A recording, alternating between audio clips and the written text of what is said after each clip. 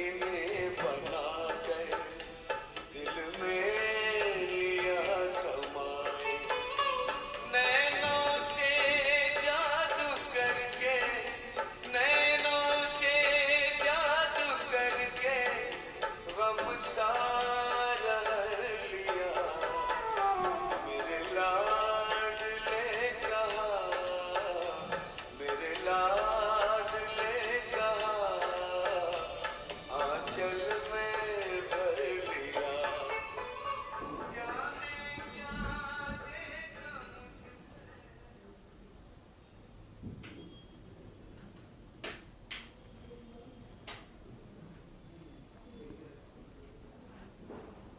ओम शांति। आज मीठे प्यारे बाबा के 17 नवंबर के महावाक्य हैं और आज के महावाक्यों में बाबा हम बच्चों को सेवा करने के समय विशेष रूप से जब प्रदर्शनी समझाते हैं, चित्रों पर समझाते हैं, तो पहले पहले हमें किसके लिए क्या समझाना है वो ध्यान रखना है। सबसे पहले बाबा ने कहा अलफ के चित्र पर समझाओ, उस एक की पहचान दो। बाबा ने कहा सबसे पहले मेरा परिचय दो, क्योंकि जब तक मुझे नहीं पहचानते, बाप को नहीं जानते, तो बाप जो सुना रहा है वो समझ नहीं सकेंगे। इसलिए बाबा ने कहा पहले पहले एक का परिचय दो, पिता परमात्मा का परिचय दो, अलफ का परिचय दो। और अलफ परमात्मा कैसे आकर के समझा रहा है, उसके लिए बाबा ने कहा फिर 84 जन्मों का जो चित्र है सीढ़ी का या समय चक्र का, सृष्टि चक्र का भी, तो कैसे सृष्टि चक्र के अंदर हम आत्माएं जन्म मरण में आती हैं। 84 जन्म का जो चित्र है उस पर बाबा ने कहा ले जाना है। वहाँ सबको फिर समझ आएगा कि कैसे श्री नारायण वाली आत्मा जो अंतिमवां 84वां जन्म लेखराज नाम से लेती, शिव बाबा प्रवेश हो जाते, प्रजापिता ब्रह्मा नाम हो जाता और प्रजापिता ब्रह्मा भागीरथ के द्वारा शिव बाबा अपनी पहचान देते हैं। आज बाबा विशेष हम बच्चों को रूप बसंत की भी कहानी की याद दिला रहे हैं कि मैं भी रूप बसंत हूँ, तुम बच्चे भी रूप बसंत हो। रूप बसंत का मतलब ज्ञानी और योगी आत्मा। तो जितना जितना बाबा ने कहा कि तुम बच्चे, मैं जो पढ़ाई पढ़ा रहा हूँ उसको पढ़ोगे और औरों को भी पढ़ाने की सेवा करोगे, उतना ऊंच पद की प्राप्ति होगी। और जितना योग करोगे विकर्म विनाश होंगे। और जितना जितना हम समझाने की जब सेवा करते हैं, अगर बाबा के डायरेक्शन के अनुसार नहीं करते, बाबा ने कहा और बहुत सारी बातें बच्चे करते रहते, अलग अलग प्रकार के चित्रों की सेवा करते रहते, लेकिन जो विशेष चित्र बाबा का है जिस पर बाबा की पहचान देनी है हमको, उसकी ओर सबने अपना ध्यान रखना है कि पहले पहले हम एक बाप की ही पहचान सबको दें। तो आज की 17 तारीख की मुरली, सार है मुरली का, मीठे बच्चे बाप आए हैं वॉइसलेस दुनिया बनाने, तुम्हारे करैक्टर सुधारने। तुम बाई बाई हो तो तुम्हारी दृष्टि बहुत शुद्ध होनी चाहिए। प्रश्न है, तुम बच्चे बेफिक्र बादशाह हो, फिर भी तुम्हें एक मूल फिक्रात अवश्य होनी चाहिए। कौन सी? उत्तर है, हम पतित से पावन कैसे बने, यह है मूल फिक्रात। ऐसा ना हो बाप का बनकर फिर बाप के आगे सजाएं खानी पड़े। सजाओं से छूटने की फिक्रात रहे, नहीं तो उस समय बहुत लज्जा आएगी। बाकी तुम बेपरवाह बादशाह हो, सबको बाप का परिचय देना है। कोई समझता है तो बेहद का मालिक बनता, नहीं समझता है तो उसकी तकदीर। तुम्हें परवाह नहीं। ओम शांति। रूहानी बाप जिसका नाम शिव है, वह बैठ अपने बच्चों को समझाते हैं। रूहानी बाप सभी का एक ही है। पहले पहले यह बात समझानी है, तो फिर आगे समझना सहज होगा। अगर बाप का परिचय ही नहीं मिला होगा तो प्रश्न करते रहेंगे। पहले पहले तो यह निश्चय कराना है। सारी दुनिया को यह पता नहीं है कि गीता का भगवान कौन है। वह कृष्ण के लिए कह देते, हम कहते परम पिता परमात्मा शिव गीता का भगवान है। वही ज्ञान का सागर है। मुख्य है सर्वशास्त्रमयी शिरोमणि गीता। भगवान के लिए ही कहते हैं, हे प्रभु तेरी गतमत न्यारी। कृष्ण के लिए ऐसे नहीं कहेंगे। बाप जो सत्य है वह जरूर सत्य ही सुनाएंगे।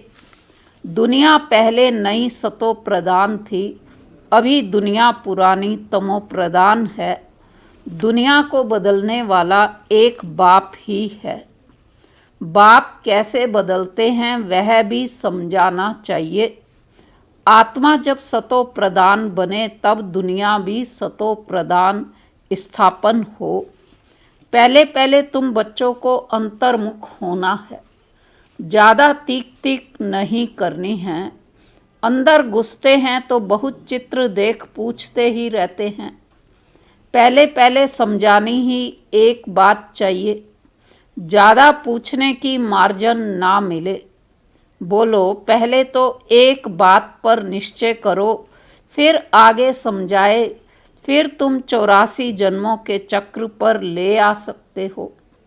बाप कहते हैं, मैं बहुत जन्मों के अंत में प्रवेश करता हूँ।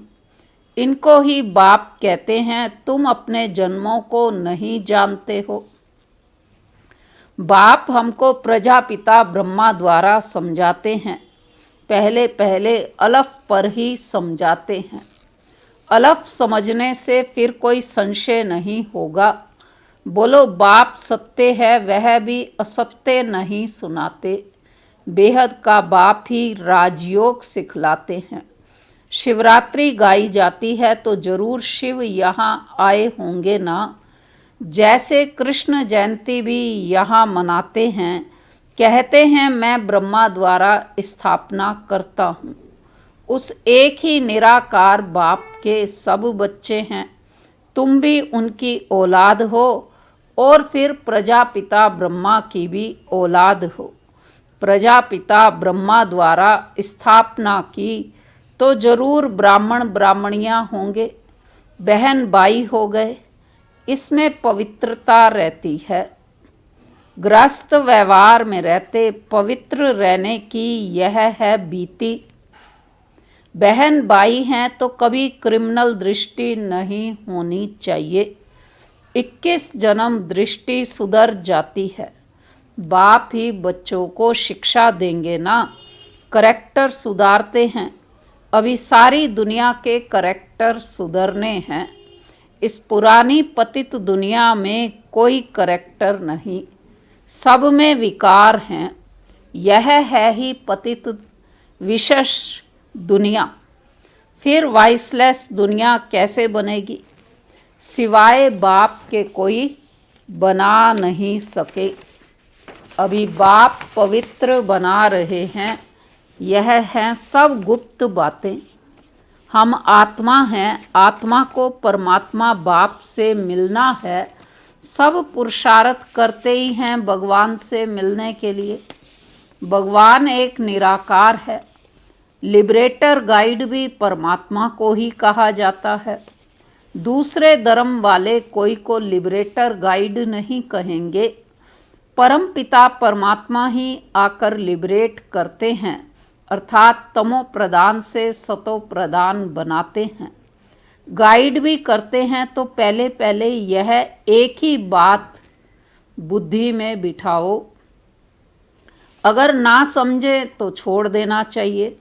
अलफ को नहीं समझा तो बे से क्या फ़ायदा, भले चले जाएं। तुम मूंझो नहीं, तुम बेपरवाह बादशाह हो। असुरों के विघ्न पड़ने ही हैं। यह है ही रुद्र ज्ञान यज्ञ।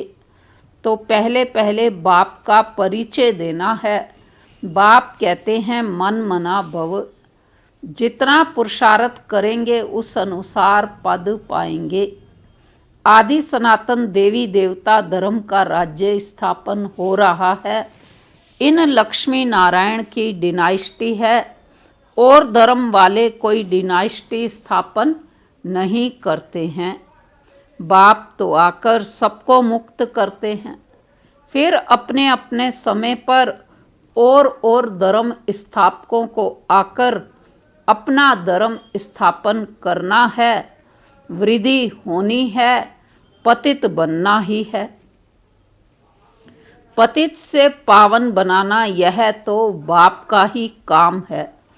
वह तो सिर्फ आकर धर्म स्थापन करेंगे, उसमें बड़ाई की बात ही नहीं। महिमा है ही एक की। वो तो क्राइस्ट के पिछाड़ी कितना करते हैं, उनको भी समझाया जाए। लिबरेटर गाइड तो गॉड फादर ही है। बाकी क्राइस्ट ने क्या किया? उनके पिछाड़ी क्रिश्चियन धर्म की आत्माएं आती रहती हैं, नीचे उतरती रहती हैं। बाबा कह रहे हैं कि क्राइस्ट ने क्या किया? वो परम धाम से नीचे आया, पवित्र आया, और उसके पीछे पीछे उस धर्म को मानने वाली आत्माएं आई और धर्म की वृद्धि होती रही। उसके बाद वो आत्माएं भी सब धीरे धीरे पतित बनती गई, दुखी होती गई। तो लेकिन उनको पावन बनाना, दुख से छुड़ाना, वो बाबा ने कहा कि एक मेरा ही काम है। क्राइस्ट वो कार्य को नहीं कर सकता। तो वो तो क्राइस्ट के पिछाड़ी कितना करते हैं, उनको भी समझाया जाए। लिबरेटर गाइड तो गॉड फादर ही है। बाकी क्राइस्ट ने क्या किया? उनके पिछाड़ी क्रिश्चियन धर्म की आत्माएं आती रहती हैं, नीचे उतरती रहती हैं। दुख से छुड़ाने वाला तो एक ही बाप है। यह सब पॉइंट्स बुद्धि में अच्छी रीति धारण करनी है। एक गॉड को ही मर्सीफुल कहा जाता है। क्राइस्ट कोई दया नहीं करते। एक भी मनुष्य किसी पर मर्सी नहीं करते।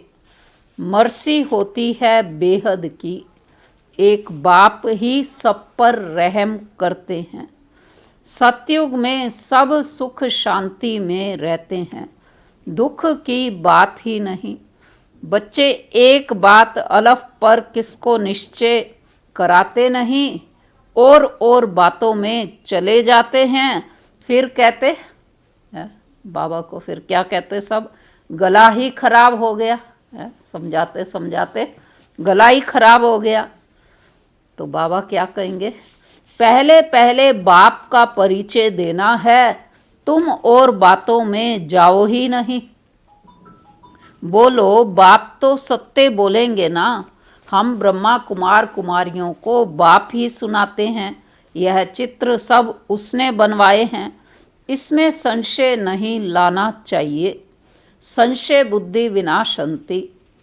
पहले तुम अपने को आत्मा समझ, बाप को याद करो तो विकर्म विनाश होंगे और कोई उपाय नहीं है। पतित पावन तो एक ही है ना। बाप कहते हैं देह के सब संबंध छोड़, क्या कहते आगे, माम एकम याद करो। बाप जिसमें प्रवेश करते हैं उनको ही फिर पुरुषार्थ कर सतो प्रधान बनना है। बनेंगे पुरुषार्थ से फिर ब्रह्मा और विष्णु का कनेक्शन भी बताते हैं। बाप तुम ब्राह्मणों को राजयोग सिखलाते हैं तो तुम विष्णुपुरी के मालिक बनते हो। फिर तुम ही 84 जन्म ले अंत में शूद्र बनते हो। फिर बाप आकर शूद्र से ब्राह्मण बनाते हैं। ऐसे और कोई बता ना सके। पहली पहली बात है बाप का परिचय देना।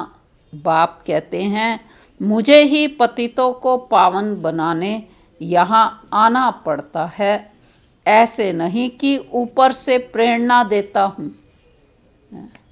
बाबा कहते मुझे ही यहाँ आना पड़ता है, ये नहीं कि मैं ऊपर से प्रेरणा देता रहूं।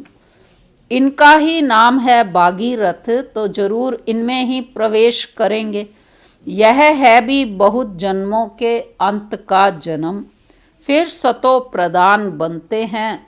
उसके लिए बाप युक्ति बताते हैं कि अपने को आत्मा समझ माम एकम याद करो।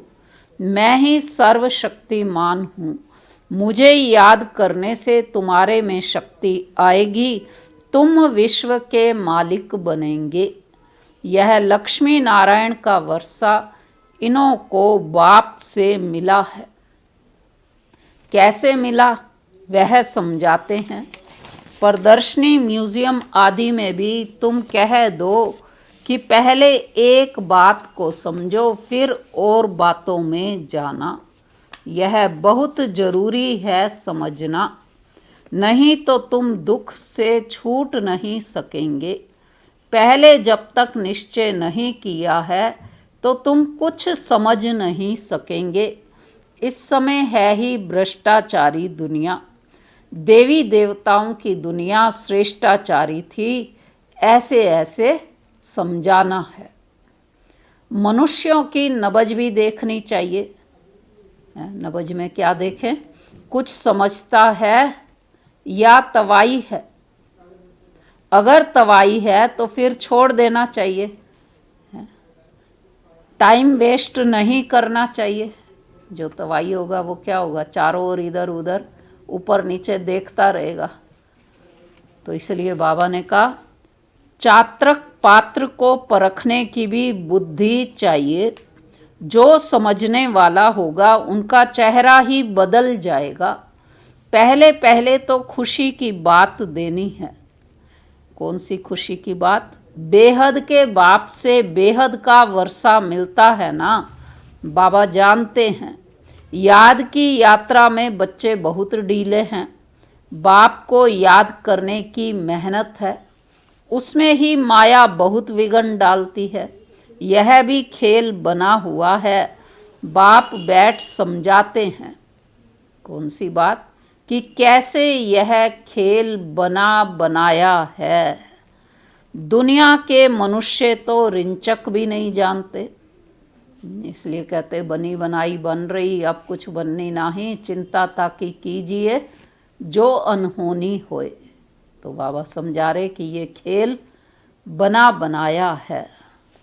बाप की याद में रहने से तुम किसको समझाने में भी एक रस होंगे, नहीं तो कुछ ना कुछ नुक्स अर्थात कमी निकालते रहेंगे।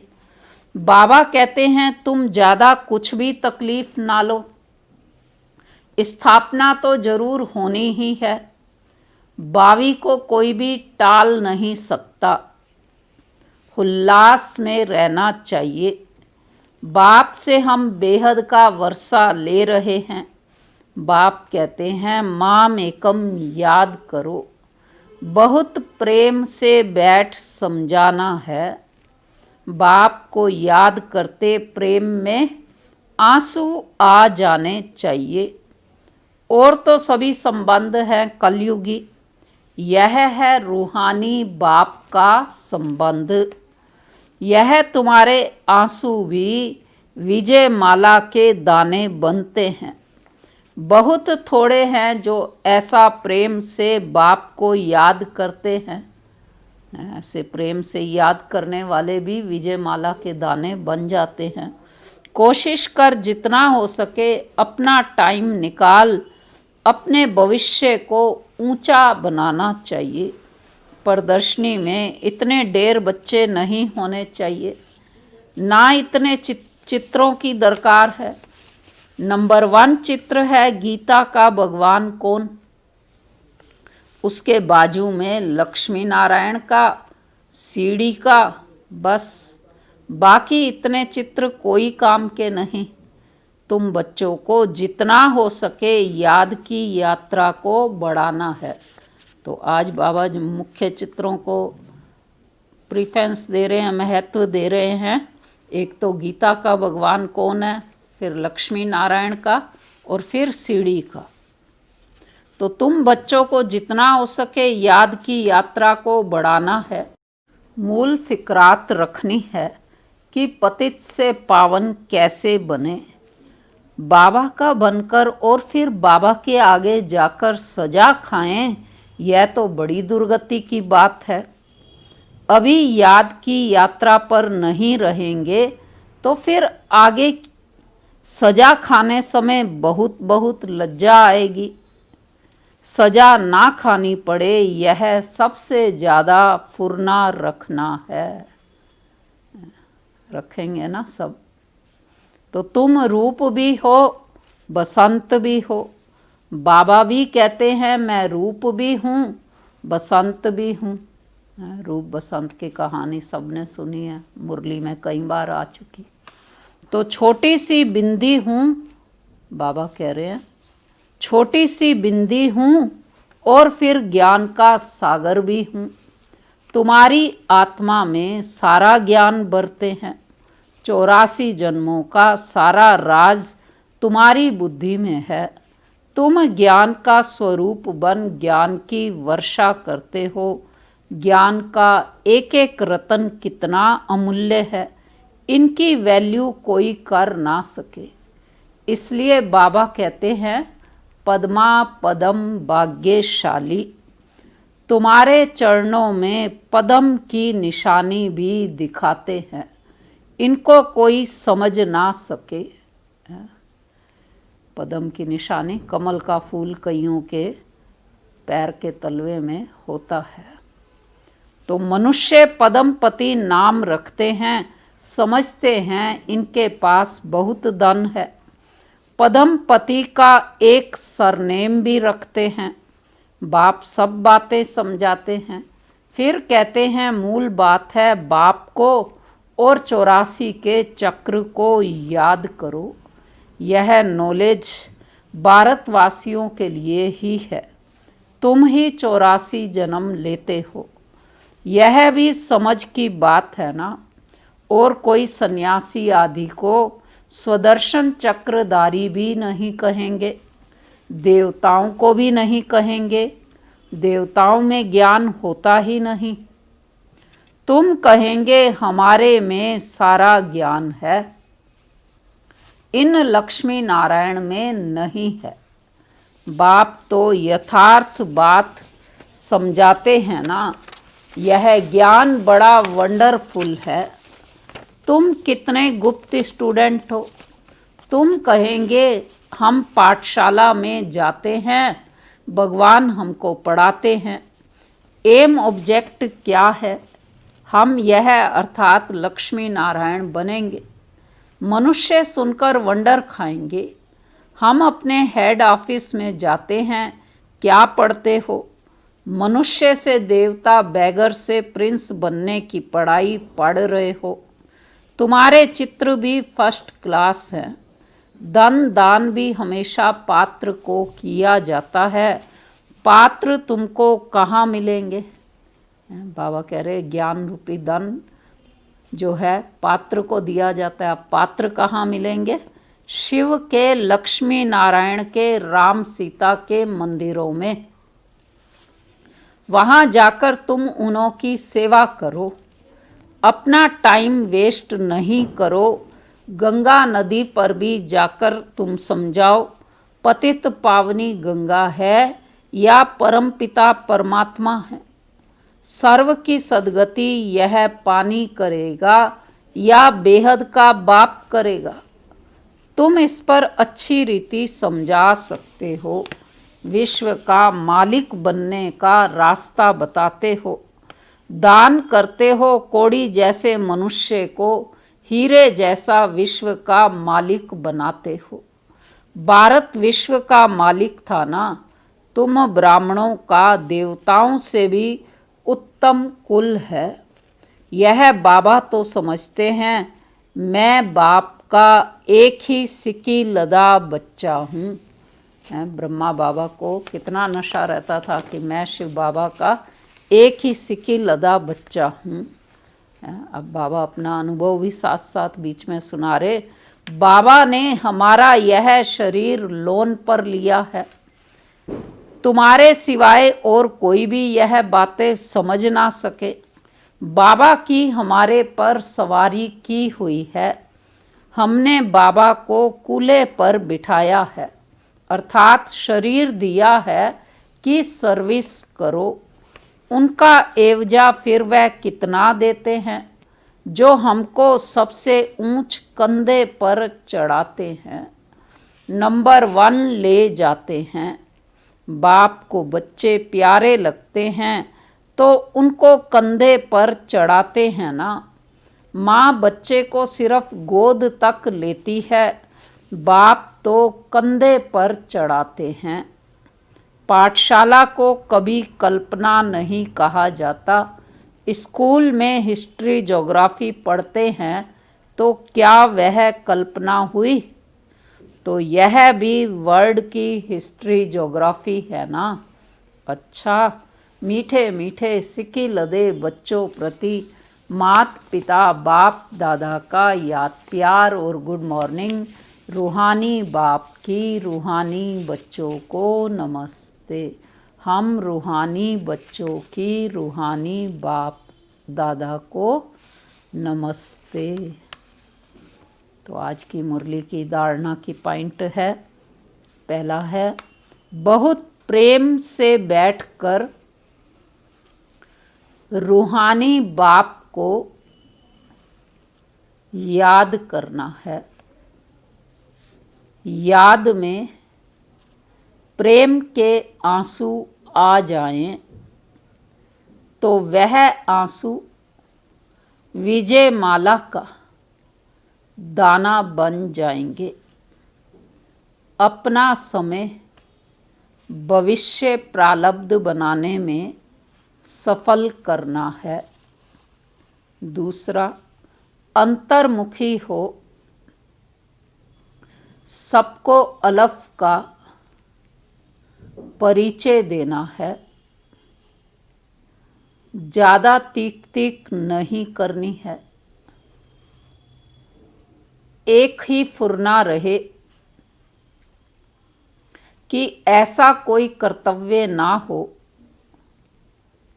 जिसकी सजा खानी पड़े।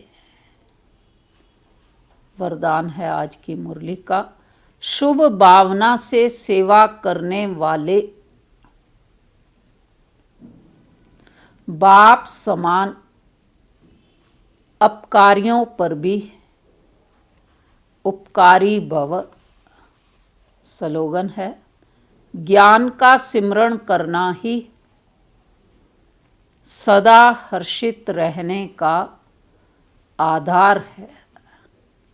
वरदान का स्पष्टीकरण है, जैसे बाप अपकारियों पर भी उपकार करते हैं, ऐसे आपके सामने कैसी भी आत्मा हो, लेकिन अपने रहम की वृत्ति से, शुभ भावना से उसे परिवर्तन कर दो।